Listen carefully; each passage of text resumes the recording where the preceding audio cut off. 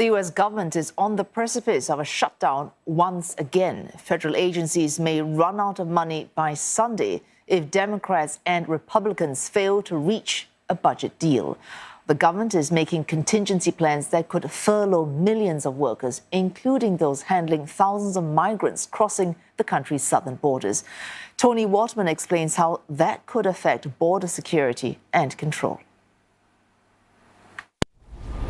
Upwards of 10,000 migrants are pouring across the U.S. southern border every day now, stretching from California across Arizona and, of course, here in Eagle Pass, Texas. But looming over this humanitarian crisis is now the very real possibility of a government shutdown as lawmakers 2,700 kilometers away from here in Washington bicker over federal spending. The border has become central to that debate, and some Republicans are pointing to this most recent surge in immigration as proof that stricter security measures are needed. They say they won't agree to any federal spending bill that doesn't include things like money to restart construction on the border wall or policies to make it more difficult for migrants to prove they are fleeing persecution.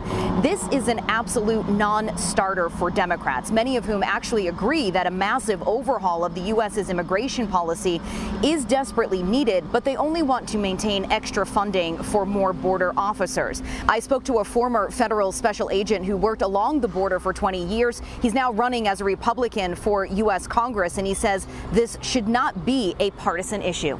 This has to do with the rule of law. It has to do with the Constitution. This has to do with respecting our own sovereignty. If we don't respect our own, 150 different countries are definitely not going to do it. We need to come together. I say it for two reasons. One, to stop the fentanyl and methamphetamine that is killing Americans, and two, the child trafficking. Now, if the U.S. government is shut down, border agents and National Guard members won't just disappear. They will still be here working, but they will not be getting paid, which some say could impact morale. A 2019 congressional report found that past government shutdowns have delayed critical maintenance and repair services, which have endangered the lives of law enforcement and created significant border security vulnerabilities. They also impact recruitment and retention efforts.